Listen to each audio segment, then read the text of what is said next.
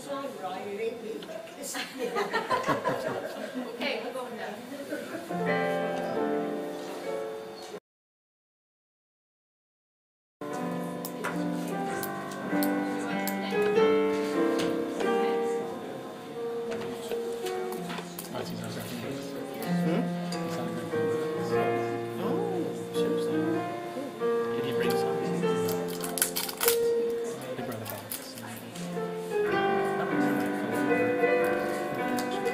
Do you want me to move it?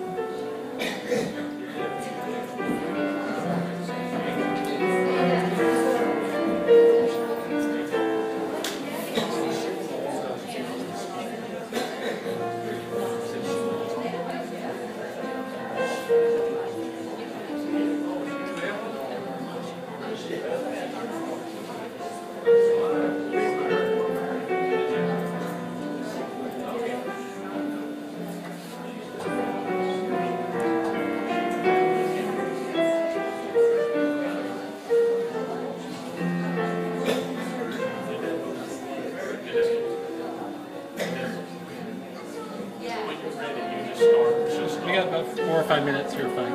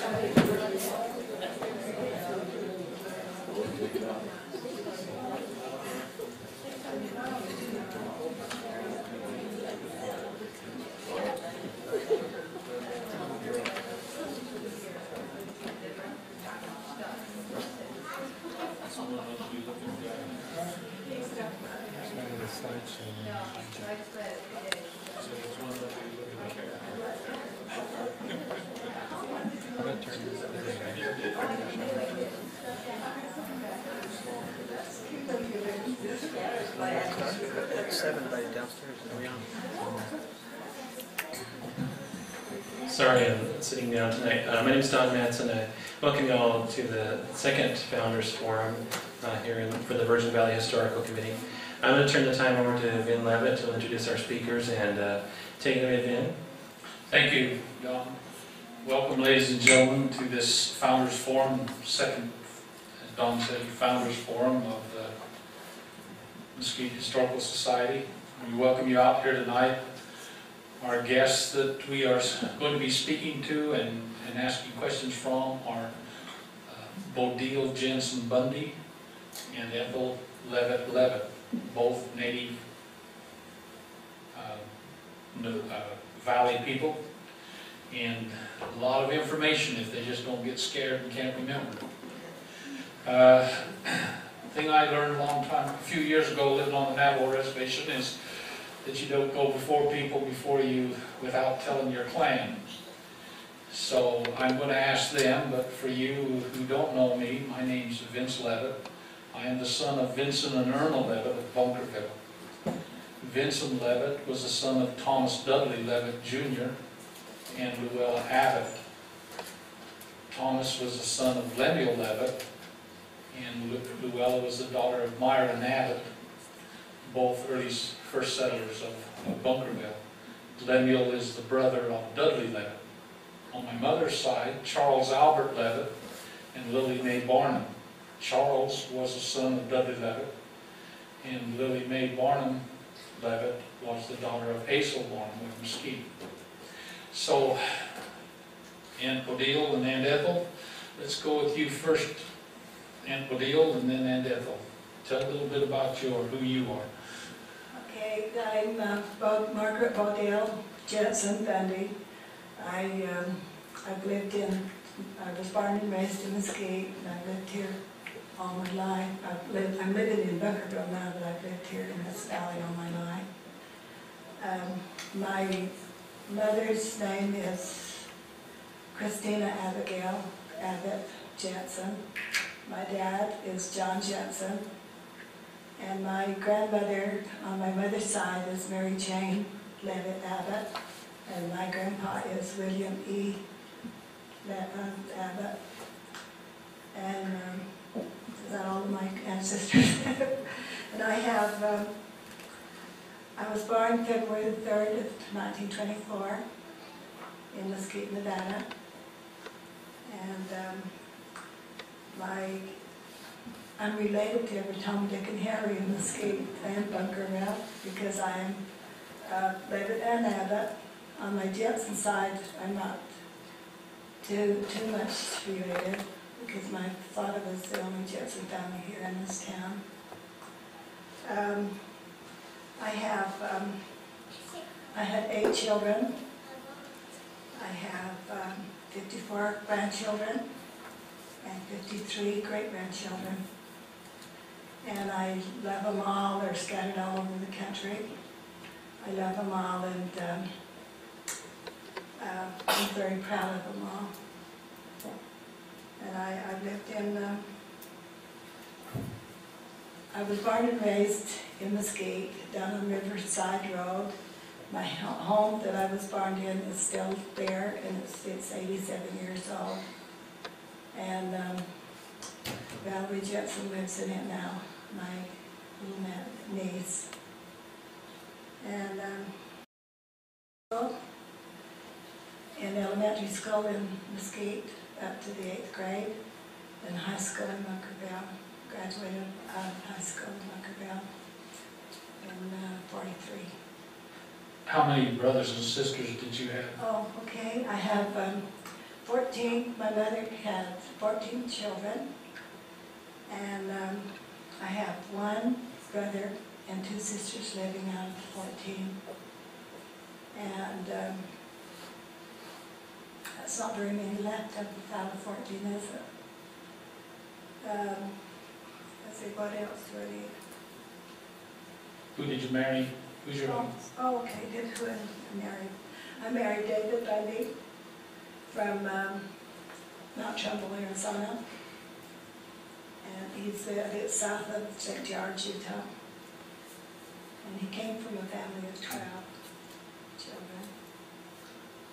And this is ask where the school year, how long was the school year, the length of the school years in my school. It was the very same, I think the very same months that it is now. The only thing that they didn't have was very many vacations like they do now. It seems like they're out of school more than they are in. And when we were kids, we only had Thanksgiving and Christmas for our holidays. We didn't have all of the present season and everything like they do now. And I think that's one mistake they're making is that the kids run too much out on the streets and not in education. How about you, Aunt Ethel? Tell us a little bit about you, who you are. Well, not much to tell. I think they know it all. My name is Ethel Leavitt. I was born the 1st of September 1915 in Bunkerville. My father's name is Charles Albert Leavitt. My mother's name is Lily Mae Warner. And it was the same mother and father as Vinnie's mother. And I married Laura Dutch Leavitt. And he was the son of Vinnie's grandfather, the same as Dutch's. So, and my grandfather on my dad's side was W. Leavitt. He's one of the first settlers. And My mother's name, mother was Martha Ann Pulsifer, and her dad's name was, let me think a minute. Zara? Huh? Zara? I don't know either. Where, is the place you were born in Bunkerville still? Oh, no, it's not still there.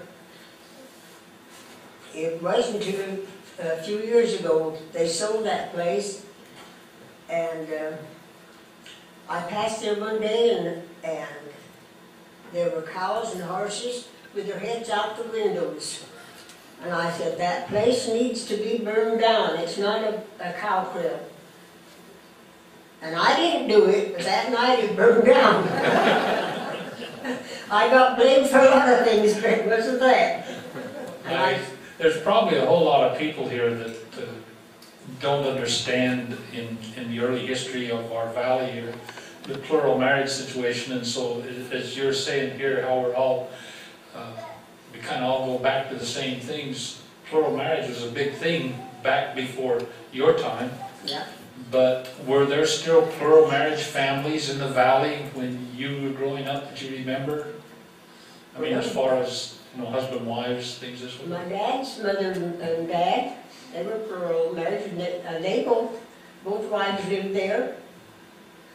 And my grandfather, on my mother's side, they were still alive. They didn't live in Bunkerville, they lived in Mesquite, but they were still alive. How about you, Bodel? I think mine was about 4 generations back. But do you remember when you were in high school, or maybe a little younger, how were plural marriage families treated by the community? I don't think any different than anybody else. I never felt that either. I don't In think fact, those that were from the plural marriages, they're probably a little bit smarter. Well, And I'm not for plural marriages. one of the things that is kind of unique to this area, if you get into the old timers, is everybody is aunt and uncle. Yes. And whether you were related or not, it's still, you know, as far as, it's still Aunt Ethel, and of course she is my aunt, and Aunt Bodel, and if they are older than you, you call them aunt and uncle out of respect. How many grandchildren do you have, Aunt Ethel? I had 7 children. I've got 59 grandchildren. I've got 100 great-grandchildren, and 2 on the way. And I've got 14 great-great, and 2 on the way. Well, you have good posterity then. I had So you were born in 1915, that makes you 89. 89. And you heard her playing the piano all by ear. I don't think you can read music, can you? Go and play it. Just do it all by ear, I read the self-taught. titles. I read the titles. But later on, we'll be talking about that because she had a lot to do with the entertainment here in the valley when she was young. Your schooling, where did you go to school? Bunkerville. Elementary school? Mm-hmm. And then we went over here for 2 grades, Mm-hmm. 5th and 6th. And then back to Bunkerville. Mm-hmm. Okay.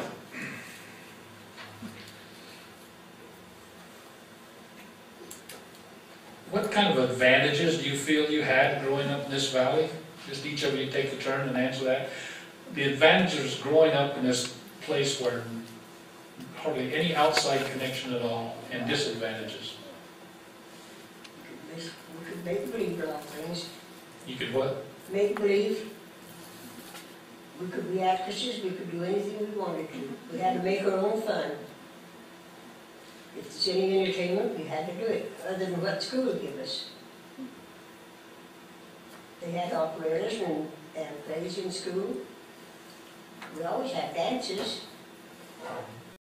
When they had dances, everybody come. Not just from Bunkerville and Mesquite, they come from St. George and Goodlock and Overton. Yeah, big crowd. Did you have a building that big Yes. over at the school? 2, yeah, 2. And if they dance, they better dance decent, and they better not, if they did it, the floor manager kicked them out the door. Our kids today have no idea what that is. We have a principal that stands over in the corner sometimes and kicks them out, but what's a floor manager? That is somebody that they've assigned. Somebody from out in town. I know Uncle John was always our floor manager over there. And I What was said, his responsibility as far as the dance goes? hey, he watched everybody that come in. And you better not dance too close. You better not be putting any shindigs on thinking you're putting on new steps.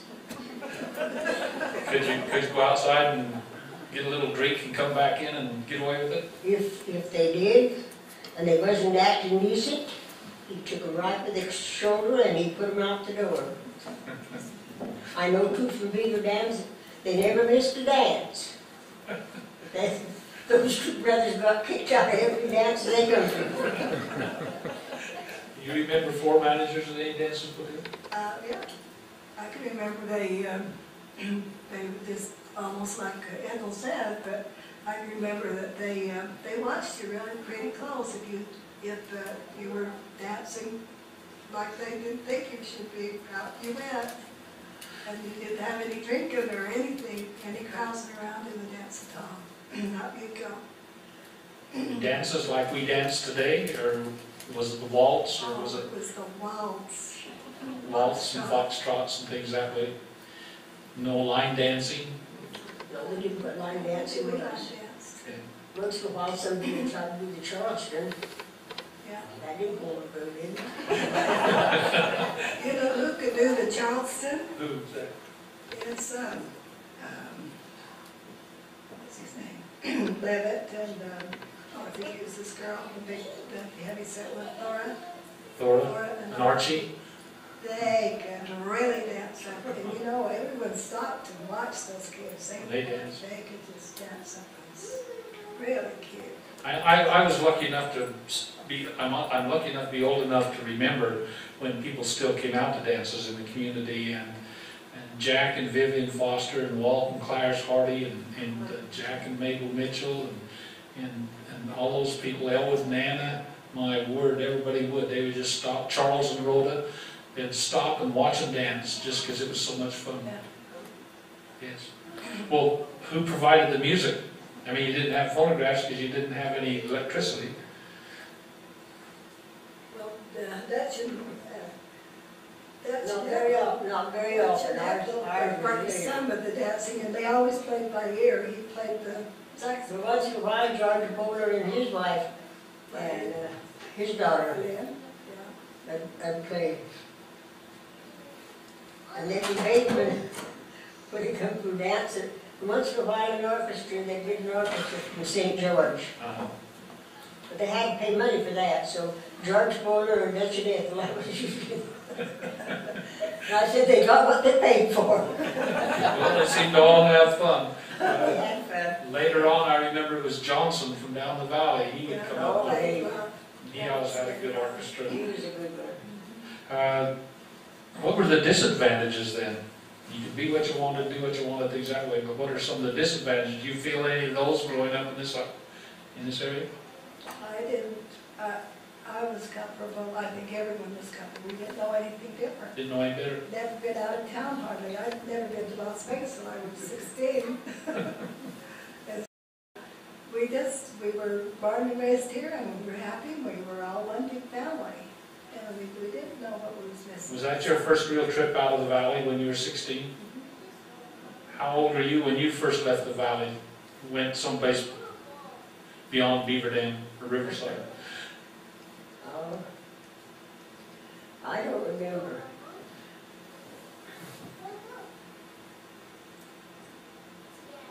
It was hard to travel back then. The roads weren't that good. Well, I remember once balling my head up because my sister lived in Mesquite, and I wanted to go to Mesquite and stay with her. And my mother says, you can't go because all we had to go there was a horse and wagon. He said, they'd have to turn around and bring you home because you'd wake up in bed when it come time to go to bed. And I said, no, I won't. I promised I'd be good. So I went to Mesquite in that wagon, crossed the river, and they come bedtime, they had to put that, hitch up that horse and wagon and take that. What were your duties as a young girl growing up in the house? Everyone had their role to play. The boys had to go out and work in the field. The girls had to take care of the house. What did that entail? Taking care of the house and cooking and that kind of stuff. What was that like deal for you? Well, I had to do everything. I had to do work outside too. But we had to do our housework, our dishes, and our floors, and everything that. What kind of floor did you have? A wood floor. A wood floor.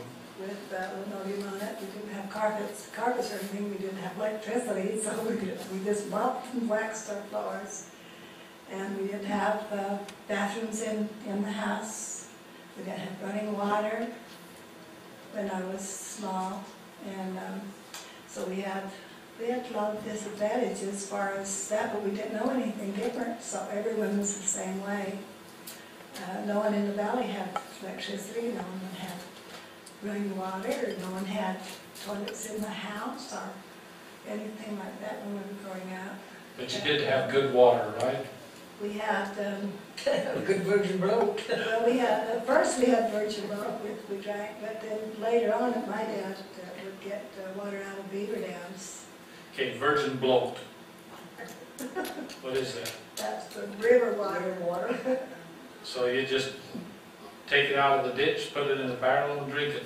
It was pretty muddy last week or so. Well, you know, those that had cisterns,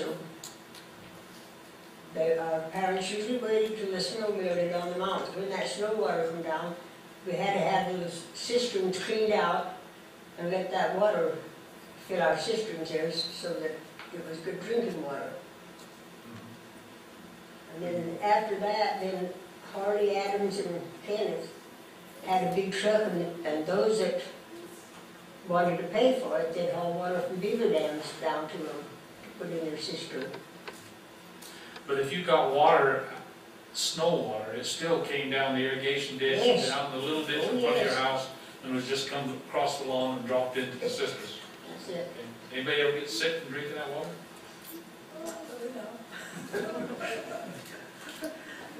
Might put on a few pounds. We had 2 cisterns in our house. 2 cisterns? We had one for drinking water and one for household use. Come up a little bit. One for drinking water and one for household use. And that was advantage. Dad got the water out of the ditch for the big cistern, and we had a smaller one for drinking water. And then we had that hauled in from beaver dams when I was growing up. So if you wanted to take a bath, how did that work out? Well, we got a Number number 3 3 tub. one. I got a number 3 tub in the house. Heated our water on the stove. The ditch water, right? Yeah. We didn't use drinking water for that kind of stuff. You know Yeah. what we did for what I did, or what my sisters did for our washing our hair? We would, when it would rain, we all had one barrel that we put underneath the eaves of our home, and we used that rainwater for our hair. And no one could use it but the girls. We all had long blonde hair, and that's what we used for our hair. We didn't wash it in any other thing but that, and it was always pretty and soft. It was rainwater. So how often would you bathe? Once a week, Once a week, whether you needed it or not? Saturday night. Well, I imagine that's pretty hard. That's a lot of water to haul and to heat and all that. And 14 kids, was it? And mom and dad bathing? Yeah, well, the 14 that my mom and dad had, we weren't all together, you know, I mean, at one time. So the older ones were gone when the middle one came on. So that's the reason that we could handle things. So it's July, it's 120 degrees outside. You have a screen on the window to hopefully keep the flies out, but there's no power, so there's no air conditioning. How do you keep your food cool? How do you keep your milk and things that way so it's drinkable? How do you preserve your food, and how do you cook your food for lunch and breakfast when it's that hot? Well, what we used for coolers is we had, my dad made a wooden frame, sort of like a box, and then he covered it with sacks, good sacks, Burlap. and made 2 poles across the ditch, and then that was we had 2 or 3 shelves in it, and it was the kids' job to keep that burlap cool with the ditch water. And that's how we kept our milk and our butter and stuff cool through the summer. How did you do it in your home, Aunt Ethel? The same way. So, did you have to, I mean, wasn't that kind of hot, cooking on a wood stove when it's 120 degrees? Yeah. But you didn't have a choice, right? Didn't have a choice. We had breakfast in the house, and we ate outside at night. We waited till the flies went to sleep, and then we'd eat outside. Had a big table outdoors, and we would eat outside after the flies went to sleep, so we could enjoy it. Flies don't It's usually bread and milk. I was talking to someone the other day and I mentioned the smudge pots. Nobody knew what a smudge pot was. What's a smudge pot, Aunt Ethel? That you go to the trail, get some Commodore, put in that pot, and set it on fire. For what? And that's to keep the mosquitoes away. Right. It did too. I remember the smudge pots. Kept something else away too. Kept appetites and everything. Yeah. They work. Well, okay, so you're in high school. You have a special dance coming up. You want to get your hair done nice. You want to get a nice dress. Where do you go shopping in Mesquite and Bunkerville back in your high school days? You made them unless you had $1 or $2 that you could use the Sears Roebuck. But that money was a big deal, so you made them mostly. Can you remember when your first store-bought dress? Mine, I think I was in junior. I was junior. My junior prom dress was a button dress. Oh, wow. Never forget it. From where? St. George. Oh, wow. I was uptown. When, do you remember your first store-bought dress? I was chosen as the queen for the Golden Green Ball, and I got to go to St. George and find me a dress. Hey, I walked over that damn town and I found a green one, but it was a dark green one, but that's where I got it. It wasn't the color I wanted, but it was green. There wasn't really much shopping available at all, was there, as far as stores? I mean, there was a store in town, but what could you get at that store? A little bit of everything or nothing? Your staples, your flour, sugar, and salt, and shortening, and all that stuff like that. Cloth, you could buy cloth. I can't remember ever buying any cloth. Yeah. The cloth. When they first got in a water system, and the first water system was still using ditch water, river water, but at least it was piped into the houses. Do you remember that? How was that a whole lot better than having to go out and pull it up out? Sure.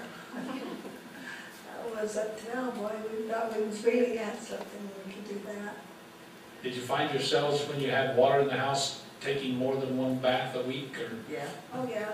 Okay. My dad built a big tank up in the beds to the cow crib and had that filled with the ditch water. He piped that to the house. But it was just in one place over the sink, and that's the only place we had. So, but it helped until they got the other water.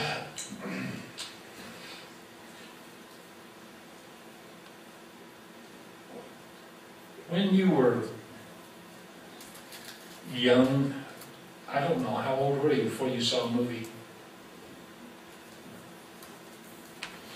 Oh, I was in grade school when we had silent movies. They had them here in Mesquite? We Where, had them where did they show them? in this old schoolhouse. In the old school? That was fun. You know, when we had silence movies, we had Uncle Abe Woodbury and Dad Woodbury. She was a good reader, and Uncle Abe couldn't hear, so he'd always go down in the front. So all of us kids, little kids, would go down in the front so we could hear her. She would talk and read you had to read what they were saying, and she would talk real loud, and us kids would all know what the story was about. You had a story about Uncle Abraham Woodbury in the Western movie. What was that, Ethel? We always said, I didn't go to the movie very often, but when I did, I made sure that I sat close by Uncle Abe and Abe Woodbury, because she'd read the things out loud for him. And then she'd dramatize the whole thing. Abe, can't you see that son of a bitch and any behind there who's going to get you get out of the road? Wasn't listening to them and they wasn't watching the show. I remember, even as a child, the old timers coming to the talkie movies, and they'd get so excited when that cowboy was coming up behind another, and they'd want to hit him over the head, they'd yell out and say, "Get out of the way, can't you see?"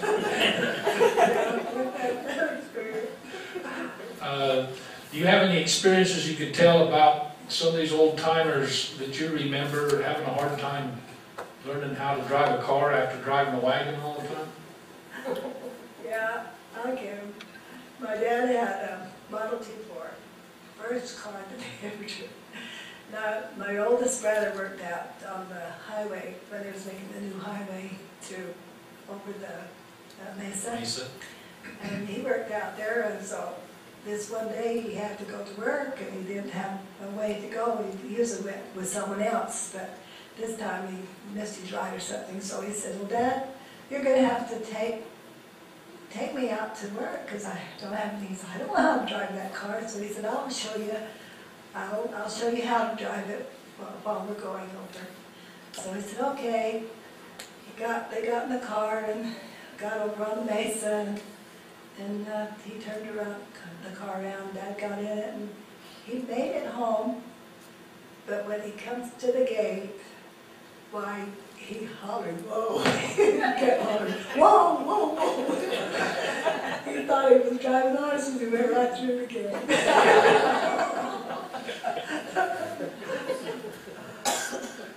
Do you have one of those in there? That's just the way Dutch's dad did. He bought a brand new truck and he was going to drive it. And he didn't want the kids to get in with him either. But I don't know which one of the boys got in with him. But it was just up and down the street there. When he drove back in the yard, that's exactly what he did. When he come to the gate, he just kept hollering, whoa, whoa. The thing didn't stop, it just went right through. That ended his driving the cars. He drove no more. I remember the story of my mother learning to drive. I made my dad tell the story. He would show her how to drive every day. Do you know that story? Maybe you can tell it better than me. Seeing how she's your sister. All I know is that your dad had the fence, the gate put up every day because she took it down. I couldn't figure out why that gate was down on the field every day, and come find out she just didn't know how to back up, so she'd just go through the gate, turn around the field, and come out. But tell us about the telephones coming into town. What can you remember about that? Were they in pretty good when you were teenagers? My uncle had those when I was a teenager. If we wanted to use the phone, we had to come over to loopholes first to put a phone call through. How far away could you phone? Huh? Could you call clear to California if you wanted to? No. Yeah, I did. I mean, I could. Okay, you're how much younger than she is? I was 9 years. 9 years younger, so there's a little difference there. I can remember the first time that I talked on the telephone. Uncle Lou's, well, Dave was in the Army, my husband was in the Army, you know, and called me from Miami Beach, Florida. Wow. And they came and got me. Uncle Lou come and got me to, said that I had to call. And so that's the first time I talked on the phone to my husband. It wasn't my husband, I was engaged to him at that time. But that was to Miami Beach, Florida. I bet everybody in town, did everybody in town have, no, Uncle Lou was the only one with the phone. Only one that had the phone. So it wasn't like there's a party line listening, No. just everybody around the table listening. Well, they probably all heard me. That was my Uncle Matt over there. Well, they finally got 2 phones in Bunkerville. Roy Wick had one, and we had one in the store that we This general store here. And then people would just come and use it. You didn't just dial a number. A long was for the loopholes. And some of the others would be a long and a short. It would be 2 longs. I know one day I answered the phone, and I wasn't one for phones. And I answered the phone, and they said, Ethel. And I called that voice, I knew who it was, and I said, yes. He said, do you happen to have any dry onions? And I said, I believe I do. He said, for hell's sake, give me a drink of water. I said, remember, you're getting awfully damn smart at your age. Hope the urn was doing that even back then. How long, when was it when most of the homes had a phone? How old was your family before you got a phone in your house? We never ever had a phone in my house while I was living at home. I mean, even after you was married, Oh, your own family. okay, let's see, I have it down today. I think it was in about 1966. 56? 66. 66, That was down at the ranch. down Riverside. How about your family? I don't think we had one. When you were married and had your kids? Phone scared me to death. I say, after you were married and had kids, how long until you had one in your home with your family? I don't know. My kids wish they didn't have one when they get out sporting, and like Dan Cecil down there, I had to call every time at night. I give him orders what time to be home. And you wouldn't Every show time up? I had to call Dorothy and Evan. Will you send that kid home? The second phone call, he knew he'd better be on the way or his mother was after him. There's a joke that goes around about Bunkerville Mesquite's phone system, the old time phone system. What was that? The old Bunkerville Mesquite telephone. Well, that was online. I mean, everyone could hear you talking. I guess what I'm talking about is when they'd go outside and holler. Oh, no. I know down at Riverside, we had, the Fosters were across the river, and they had a phone, and of course that was on the same line, and I remember Sister Foster getting mad at the kids, saying, get off of that phone, I want to use it sometimes.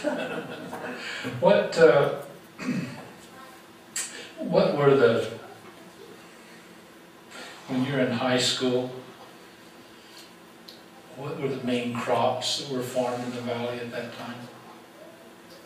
Side kids. Kids? Grain and hay, mostly. Grain, hay, Alfalfa seed. alfalfa seed, Beet seed, sugar beet seed. sugar beet seed. That sugar beets come later though. Yeah, they come later. But that did for a while become quite a cash crop in the valley, didn't it? It was after I was married when they started raising sugar That was beets. when I was a teenager. Did they ever do much on peanuts? Well, some of them raised peanuts and cotton. I know Alfred told to raise peanuts every year. I remember going to his house and he had one bedroom there where he dug his peanuts, and he dumped them in that bedroom, and that room was chock full of peanuts, raw peanuts. What did you do with them? Just sell them or feed them to animals? Or? But I don't know what he did with them. I know I never got none of them. So he didn't give them away. They'd have to roast them to to eat them, I'm sure. Well, when did dairy farming get to be such a big deal in the valley? I mean, it's not much now, there's only one dairy farm, but hasn't been that many years ago when we supplied out of this valley the milk for all of southern Nevada and a lot of southern Utah. When did milk, That was in, I think I had it figured 1930. in the 30s and 40s, milk, they started getting, do you have any idea or memories as to how that started, how it started going from, you know, raising your own crops and things that way to a cash crop like dairy farming? I really know how it started, but they made good money, I think, at the time. With that, and then they raised their own hay and everything, so it wasn't, you know, we didn't have to buy too much. Can't remember why they did. Can you remember the ice plant over in Bunkerville, either one of you? Now that ice plant was before electricity come. I don't know anything about that, but how do you make ice in the desert without electricity to cool water down? They had the water come down over a big Water wheel? Wheel, some kind of wheel, I see. Us crazy kids, the gang foolish enough, and when that water wasn't ready, we went down and through that pipe and through that wheel. If one of my kids done it today, I'd beat their heads off. Well, then they must have had a brine or something there that made the water cool enough to freeze into ice, and then they deliver it out to people. Is that what would happen?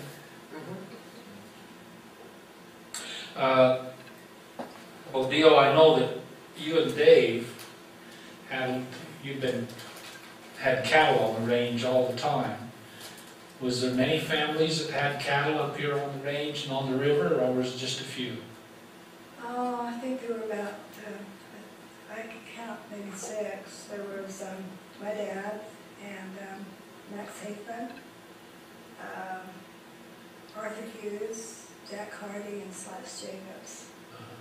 Was those Adams? Who? Thomas Adams. Well, Thomas Adams. Yeah, Adams is, that's all I could think of, was Adams. I remember my dad saying how he rode cattle. They'd ride clear down the river to the Colorado River with St. George cattlemen. And they'd all drive their cattle up together and then separate them out in Tom Adams's corrals. St. George guys would take theirs all up. I think there's a Brother Black that we bought our range from, was Brother Black from St. George. There used to be a ranch down where Echo Bay is on the lake now called Slim Creek that they would kind of rest and use as a place to go on further down. Do you remember Slim Creek at all? Grape farm was a big thing here in Mesquite. You remember anything about it? I picked grapes there. You did? Just like, yeah, you know, we'd go and pick grapes, and he would give us grapes. Who's he? Jess Wade. Jess Wade? He was the one that owned that grape farm down here, the grape. Okay. Yeah. We'd pick grapes, and then he would give us grapes to take home for our pay. Then we'd go take them home and dry them, or mom and bottle them, you know. And that was a job. What did he do with all of his grapes? He dried them. He dried them, he hired kids to come. And they dried them, and then they stemmed, had a machine that stemmed them. And they boxed them in 25-pound boxes, and they sold them. Sold them, The dried raisins. but not just here, every place. Yeah. They were good. Do you know how he dried it? I No. never did. He'd dry them, he'd have great big screens up, you know, off on legs. And they just throw those bunches on there and just smooth them all out, and then just dry one, and then would run through a Stemmer. stemmer. Huh. You Now, how many acres of grapes did he have at that grape farm, do you know? I imagine about 5 maybe. Well, I imagine it'd be that many. I never did pick grapes for him. But he always, because we had plenty of grapes of our own to do. But he always brought my mother there's another order, and there was 3 tubs full of grapes every year to bottle for grape pies. And I never seen that little Model T Ford come up that hill down to my house, where I'd like to take him, flatten his tires. Didn't want any more grapes. I didn't mind picking over them grapes, but it took a long time, and that was taking a lot of playtime away from me. To have to Well, everybody had their own gardens. And I guess you had gardens around your home, but you also had different garden crops down in fields too, didn't you? What were the main garden crops that you'd grow here? I mean, today I can't even grow a tomato, but I know other people can. So what would you grow as far as truck garden produce? I can remember us planting peas. We planted acres and acres of peas, and that was hard to pick peas. But I picked a lot of peas in our farm. But could you grow peaches and apricots and apples and Yeah. nuts and things here? Mom and Dad had a good orchard with apricots and peaches and stuff like that. Would corn grow good? Corn. grew the tomatoes in the fields too. Tomatoes, yes. Yes.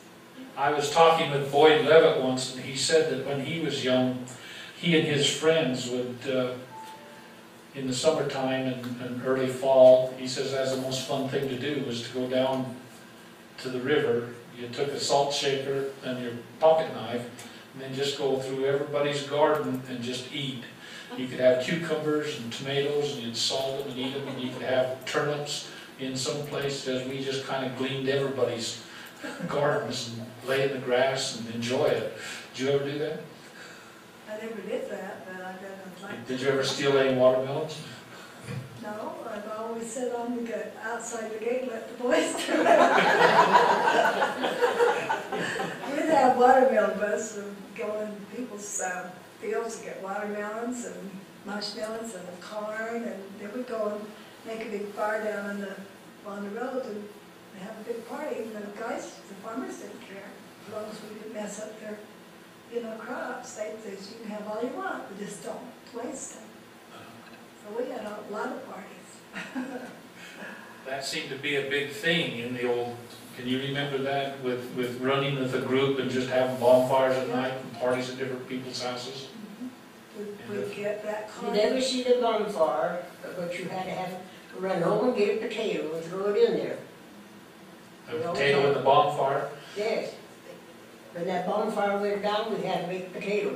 Oh, kind of black, wasn't it? Well, the skin was black, our faces were black, but that too, but that We always took salt shakers, but that's what you got. I only went stealing melons once. I didn't win the patch. My girlfriend and I and Denzel Wade. And we went up to Milo Adams's field. And Denzel went in and got a couple of melons. We went up on a little hill and cut them and started eating them. And all at once we heard Milo coming up the road on his horse. And he said, "Here comes Milo." And I said, "He ain't going to catch me." And I took up through and up just a little ways with the big ditch. It was a chuck of rock full. We got up to there and he said, "Lily, can you jump that ditch?" He says, "I know damn well Ethel can." Lily jumped the ditch, but when I jumped, I lit right in the middle. Right in the middle. Hey, they didn't catch me. I didn't see Lily and Denzel till the next day. I went home to get clothes changed. But I never passed Milo Adams for a week, but when I knew he was good, he'd be about to eat his melons. And he go to war. Well, when you were young and first married in high school, what was the river like? We saw what the river was like here in these big floods. Did you ever see any floods like that in your youth? Well, the river was wide, but it didn't have no brush in it. And the water was high too. So the river was as wide as it is, I with think no it's- brush. No, I think that it's went a little further out than it was then. The width of the riverbed itself. 'Cause I think it's washed out more. But we had big floods down there, Did they come more frequent than they are now? yes. There really haven't been many floods the last 10 years, except one or two. And this, of course, this one was the breaker of all that we just had. But how did people handle floods back then? I mean, I remember stories and recordings of damage from floods coming from the mountains to the south and the north, but never much damage to property from river floods. It How never, come? I don't think the land, it washed too much of the land away. Sometimes it did, but not like it did the other day. Well, you know the reason why? Why? They kept that channel clean. See, they didn't have brush like they have now. It was a deep channel. It wasn't very wide, but it was deep. And it stayed in that channel. It didn't go outside because it had a place to go. Now, this one, there was too much trash and weeds and brush and hen racks and stuff that held it back, you know, and backed it up. That was your trouble. Well, in them days too, there wasn't as many people around here as there are now. And they didn't. And I said, they didn't build down on the riverbed. They didn't build houses on the riverbed either. So we're today, you think we're probably building too close to the river Exactly. And and too much brush? why they ever let them have permission to do it, I don't know. Hmm. And I think these people that build in the washes over the Bunkerville, I know good shab, when they moved in there, I warned them, I said, they've been floods down them washes, it's been a few years, but the time will come, and if you don't watch out, it'll get you too. Yeah, Bunkerville's had a lot of destruction from the floods down That's on exactly, Mesquite. that's where ours comes from, it's from the mountains, not from the river. I have myself seen floods coming down Abbott Wash and Town Wash, running over both bridges and flooding all down through town and people's houses. I know there's been more before that. So flooding has always been a problem, but there hasn't been people building in the flood channels as much as there is today. Do you remember the flood wings that the people in the valley built? I think the CC did a lot of that, didn't they? Well, the CCs did a lot of the dams and things up in the hills and along the river. They also maintained, the flood wings were built first by the people, and then the CCs, when they come in, they kind of maintain them and build them a little, repair them. But those flood wings were built so that the water would turn back into the middle of the river instead of turning off into the ditches and things. Building the dams was always a big deal. If they didn't have brush in the river like they have today, why did they get all that brush to put in the dams? Cut trees down. They had to go either along the ditch banks or wherever there was. If there was any brush anywhere, even up in the hills, mesquite brush. The hills and haul the big rocks down. Yeah, Uncle Jim Abbott used to say, get these great big ones, load them on. It sounded easy. And then he said, chuck them right here, chuck them right there. Just like it was that easy to do. I've seen lots of personal histories of how hard it was to do, and I'm glad we don't have to do that today.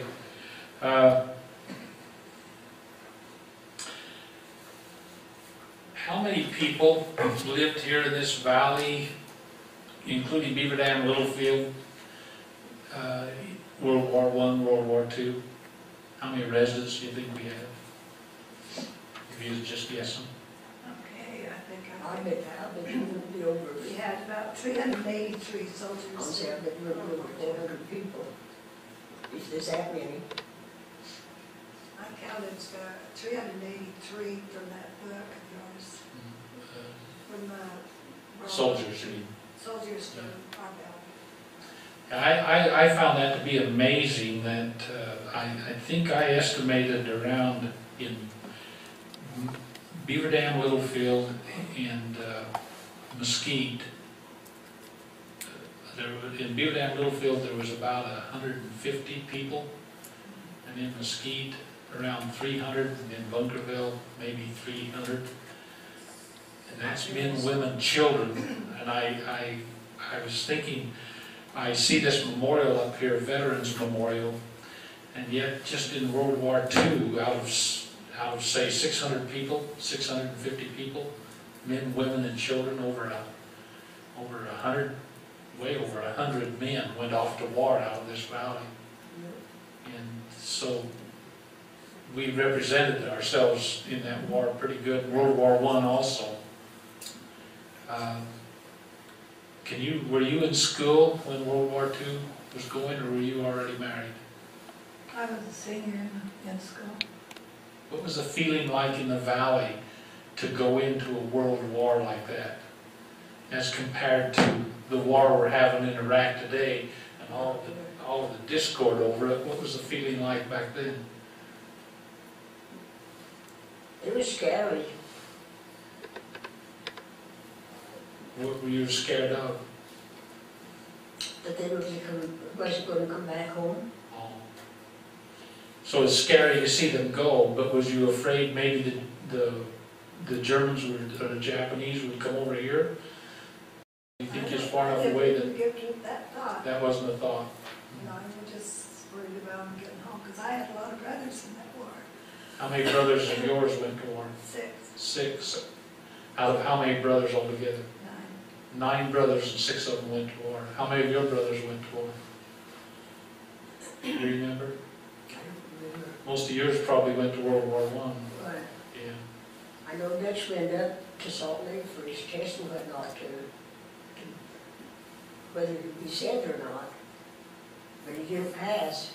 When they come back, someone asked him and Evan Waite and Lyman Abbott, well, they went together. When they come back, they said, did Dutch pass? They said, Roy Waite said, no.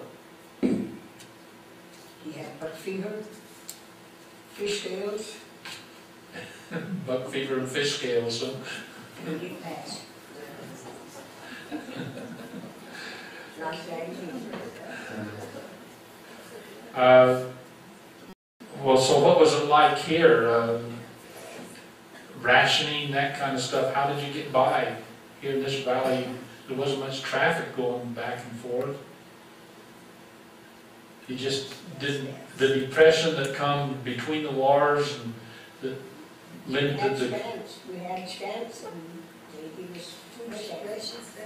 But did you notice much difference between how you were living during or before the Depression, during the Depression, and after the Depression? You were just in a constant depression here, weren't you? And so The only thing I had trouble with when the Depression was on was I had plenty of stamps and whatnot. I give stamps away. The only trouble I had was with stamps for shoes.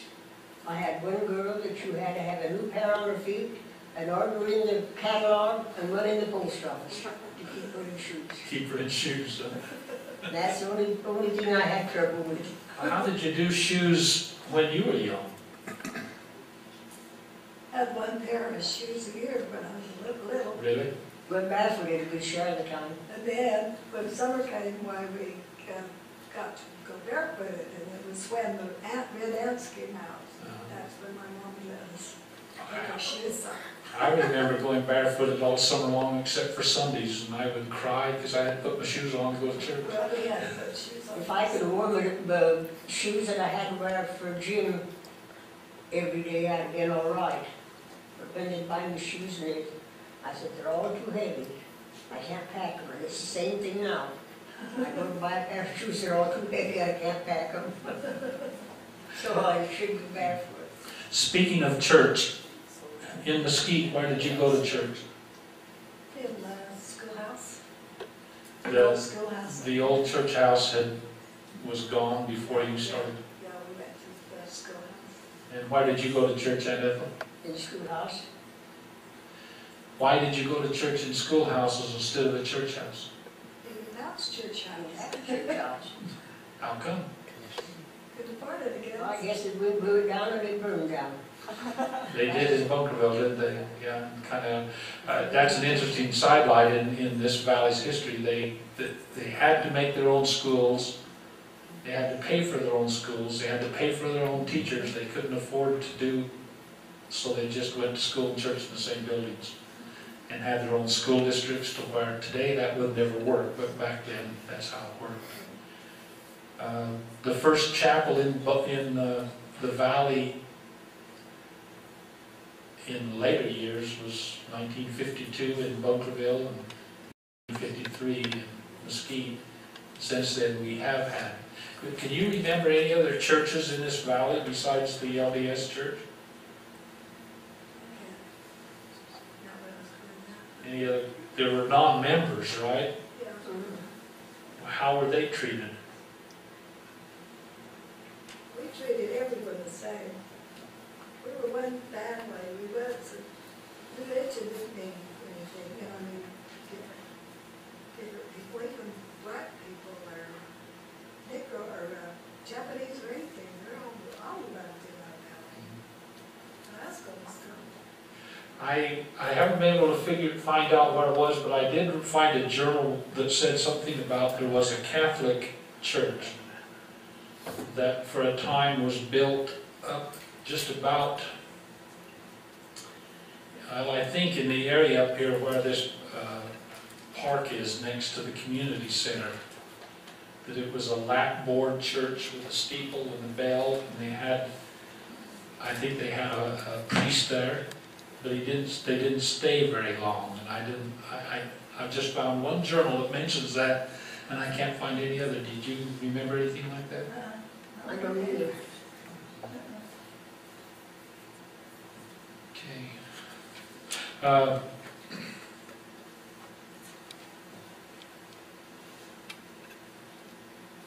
When did you see them? As far as you know, when you were in church, when you were in school, were there any African Americans or Native Americans? Or? I can remember, I think there were an Indian or two that was in our school. Different times. Different ones. Can you remember many Indians around this area when you were growing up? They were going in and out all the time, you know. We had trouble with Indians coming and wanting to buy vanilla and stuff to drink from their they get high on it. So you could, I know you could sell them beer or you couldn't sell them vanilla because they would get drunk on it. Vitalis hair oil. Yeah. I could remember that as a kid. They'd say, no, don't ever, I worked in restaurants, you know, and they'd say you can't serve any beer to the Indian. And then at the stores, they'd say you can't sell them vanilla. Speaking of that, can you remember when the first bars opened here in this valley, or where they actually sold liquor right over the, I mean, everyone, I guess there was that wine and whiskey at different, you know, everybody could go find something to get a little high or drunk if they wanted to, but it wasn't for sale. And then, I think it was even after World War II before the first bar ever opened. Can you remember that? I think that was sold out to Jack Hardy's on the Carter Bar. The Carter Bar? Yeah. I think that was the first That one. vacant lot across from the station they just built, but All that Maverick? Maverick, right across there, it's a vacant lot. On that used to be a big gas station. And it had a bar in it. Up above was a dance hall. Open air dance hall. Yes, Al Hardy's. And that was the first I remember. Did you see any change in the community when they started selling alcohol live like that? Notice any changes? I worked in restaurants and all this stuff, and of course I'd serve beer all the time to people, but I didn't serve whiskey or, Yeah, you couldn't buy that, you had to go to the bar. yeah, anything like that. Did you ever notice a big thing when Nevada legalized gambling? Did you notice a big thing in this valley that all of a sudden that became important? Or who had the first slot machine or anything that way? Not to me, really. So it wasn't a big enough event that either one of you can remember that as being I special? did like slot machines, or, you know, I worked around slot machines, and I thought they were just really putting their money in. Throwing it away, huh? I'd like to bet what they put in it. I have an if question here. You mentioned that in the olden times when you were young, the whole valley would come out to whether it was a school activity, a dance, an opera, a ball game, everybody participated. If today you could get the community to participate on that same level, what one activity do you think you'd like to see come back in the valley that was so much fun that you'd like to see it still go on? Bodel? Dancing? I'd love to be dancing with me. What'd be with you? I'd like to have a good program. I remember our ward once when we had a party. And they told each head of the family, we want one in your family to have a part on this program. They didn't say what to have. It was to choose what this to have, to do. Every family had to have one participant. Every family was to have one thing on that program. And that was a very good program. That's what I like. Dancing today isn't much like dancing used to be. That would, No, we would want this kind of dancing. I wish we could teach the youth dancing. I was never a good dancer, but I did enjoy going. When you were growing up, was there a policeman and a judge? Did you have law? Or was it just bishops that were the church running all of the law and judicial matters in the valley? I think they had a church. They had a church. Yeah, my grandpa was a judge. Okay. Grandpa Abbott. And then my uncle was a sheriff, you know. Oscar Abbott. Oscar Abbott Yeah. was a sheriff. But that was after World War II. Yeah, that was. So back when you were in high school, if you got in trouble, did the sheriff come after you, or did the bishop come after you? I never got in trouble. I don't know what they did with the trouble people. Can you remember also, someone died, what happened? What was the procedure for, did you have a coroner or a doctor check them, or how did you determine they were dead? And when they were dead, what did you do? When you were young? I don't remember anybody coming to check to see if they was dead. They's dead, they's dead. Didn't need a coroner to tell you that. But they laid them out on a, usually I think it was just a straight board or a door that they laid them out on. Of course, they didn't even bomb them. And we had to put ice around them, or we had to keep with cloths on them. If they was kept overnight, they had to watch over them to make sure the cats and whatnot didn't come in to get them. So you didn't wait long to bury people No. when they died? Just within a second day. Pardon me? About 2 days or no more than a couple days. So how would you get a coffin here in 2 days or 1 day? So we made them. Somebody in town would make the coffin. There was a man here that built coffins. And the last one he built, he said he was building it for him. They asked him who it was for, and he says, for me. And he used it, that was the last one. Nice one that, from then on they bought them. Well, the graveyard in Mesquite is in a different place than it used to be. Is the graveyard in Bunkerville in the same place it's always been? As far as I know, yes. Yeah. I think it's always been there. Okay. I know down in one corner, I think the first one that's put in, there was an Indian that got killed. They buried him down under a cottonwood tree that was there. He's not even in line with all the rest of the graves, but he's in there. Okay.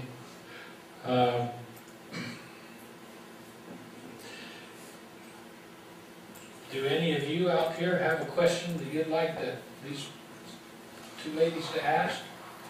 Back here, stand up and say it real loud. Ethel, would you tell everyone about the cabin canyon and how you used to go up there and what would happen? Can't hear her. Cabin Canyon. Did you go up to Cabin Canyon very What often? it was when you were young and how you would go Well, up we there. used to go up to, I know, but I just little. Our dad took the whole family, married ones and all. We went up, we was gonna spend 2 or 3 days up there to a cabin. And we got up and it rained and rained. The next morning, my dad got up and says, "We're headed home. Grandma Thursday died last night." We were almost so mad to think that he'd think something like that. He said, "We're going home. Grandma Thursday died last night." So we all packed our trucks and wagons and come home, and Grandma Thursday had died. Nobody come up to tell him, he just, did you go up to Cabin very often, or White Rock? Yeah. Well, yeah, I know all parts of that mountain. But did the valley people go up and, Yeah, Yes. didn't there used to be a home there and an orchard? Uncle Henry that had a cabin up there, he had an orchard up there. Okay. They raised beautiful fruit. I was just reading about that. Fruit, huh? They raised fruit and vegetables, and they would stay up there in the summer. Well, you know, someone would stay up there in the summer, and When it was cool. yeah. I don't believe I've ever been up there since I was a kid, just, for like that, unless I've been at a Christmas tree. Rock was, you know, a place where we had lots of picnics and stuff, and that the church, I think. There is another spot on the mountain, What's that? Wiregrass. Well, I know the story of Wiregrass with you. Would you like to share that? You tell the story, Ethel. Well, I was married. And had, what, 4 or 5 kids. And all your kids. Anyway, the young marriage decided they was going to have a party up for the young marriage in MIA. He was having a party at Wiregrass. And each one of us had signed what to bring. And I was to bring the cake. And they went up quite early in the afternoon when the guys got off work. Well, I couldn't go till Dutch got home from Vegas because he worked in Vegas. And so I was ready to go when he got there. And they said, "We'll have a truck waiting for you down to the bottom of the hill. You can park your car there and drive the truck up." I said, "All right." And so when Dutch got there, we got right in the car and took off.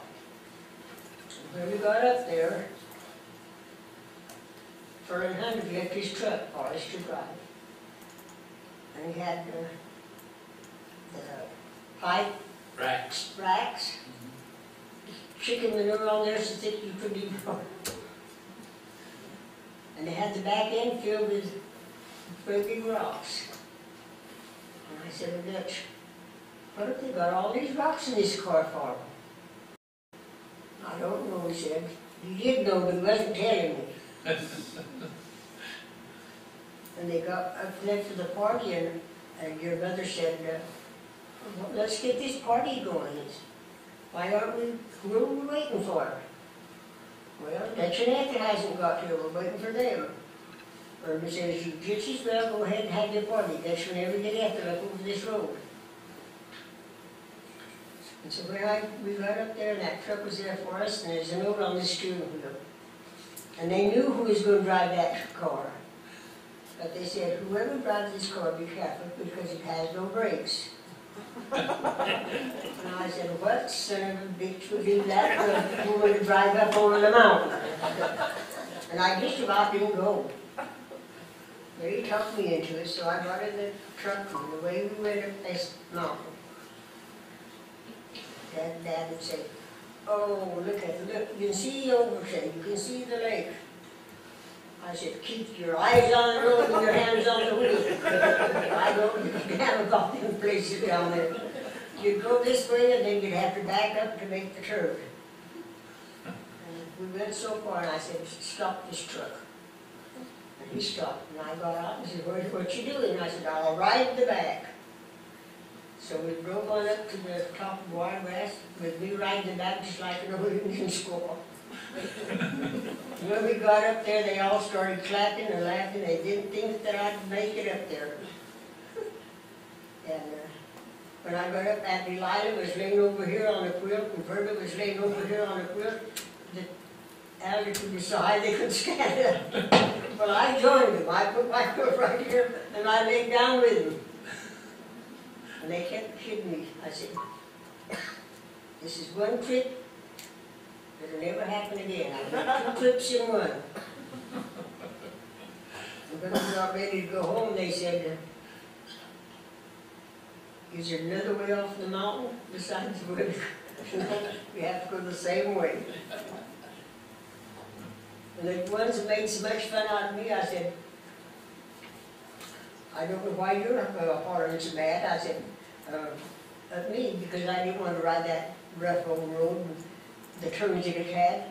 One of the women kept her heading the Dutch oven all the way up. She didn't even know what was going on. And Mr. Bios, he sat there and said, we only have to die once. That's all we have to do is die once. I said, but I'm not ready to die. But I've never been back to Wiregrass. I get my word. Anyone else with a question you'd like to ask? She was mentioning Riverside. What used to be there, and did the Virgin River ever run clear? Yeah, in the summer it gets fairly clear. Okay. Yeah, almost crystal clear in the summer when there's no floods. And what was? But it's still not good to drink. Riverside, there's ranches, we owned a big ranch there, and then down below there's a horse ranch. There's 2 big ranches there. It's a beautiful little valley. You need to go down there. But the the old hotel. Just Yeah, go, take,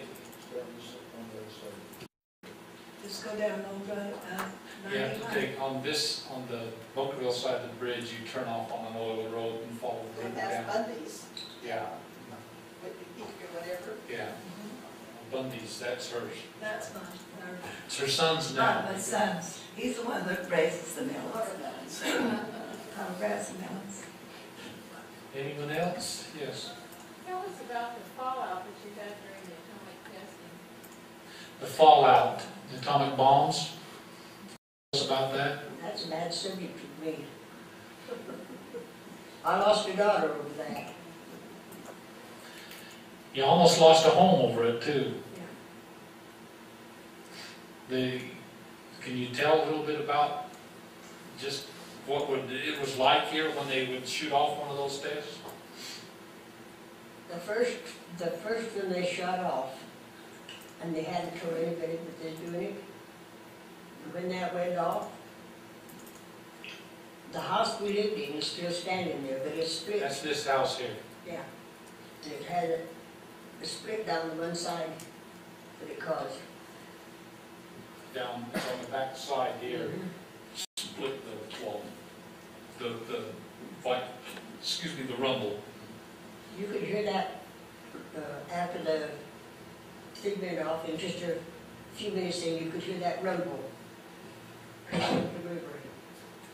Scared it to death. They usually shot them off in the early mornings, like 1:30, 2:30, 3 o'clock.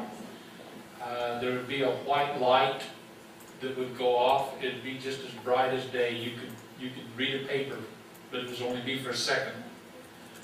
And then usually about 10, 15 minutes later, you'd start to hear a rumble coming up. And it would shake, depending on the size of the bomb, it would shake and rattle and roll, and your windows.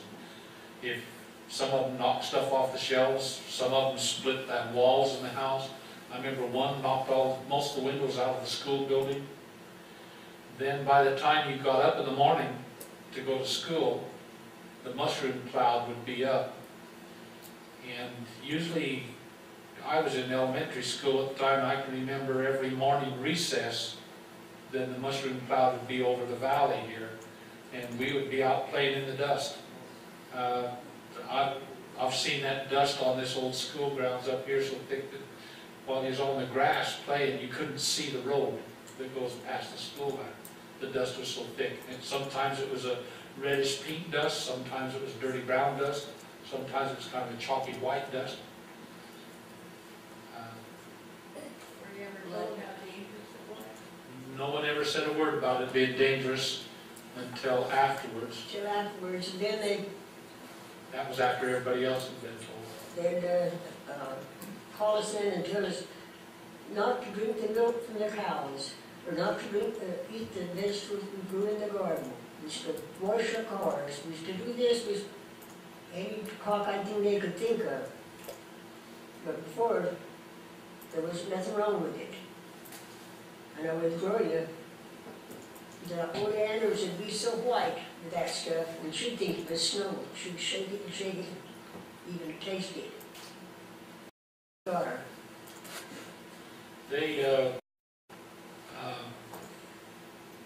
Bodel Cecil one. Cecil.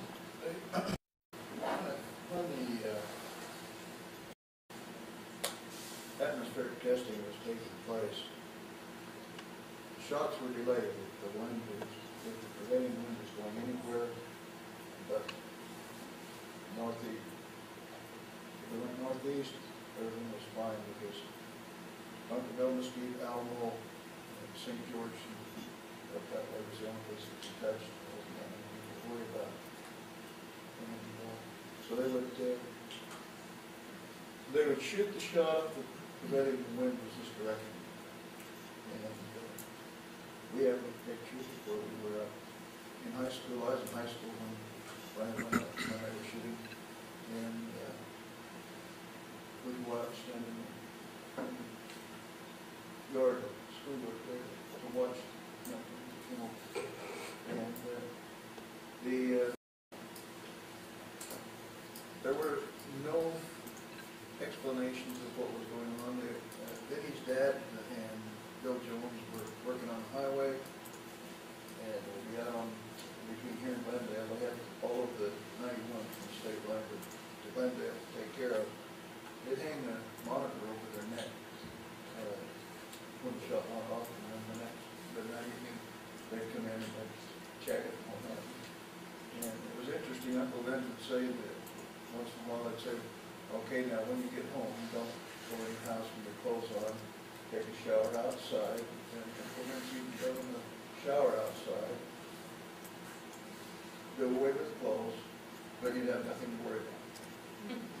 And, you know, I look at it a whole lot different than my mom does. My sister passed away with leukemia from it, and you know, and we, in our rear view mirror, see a lot more than we could see in our forward looking down ahead of us.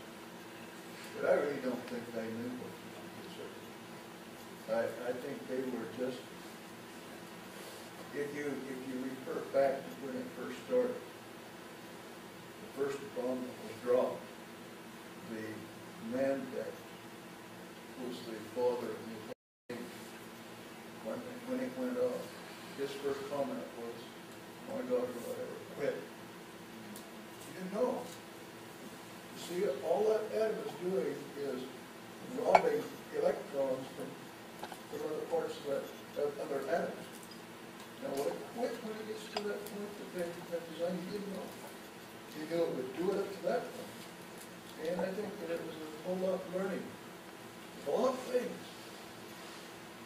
And I suppose they know a whole lot about what's going on now either. They're still in the same position. They're learning.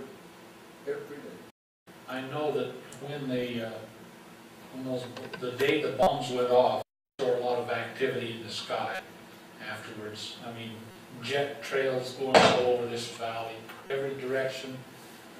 It was just like the wind was howling. There's so many jet planes flying around and over. I remember watching those. I'd help my mother do the washing outside and seeing those jet trails in the sky, and finally connected the two events. That was after the bombs. You can't appreciate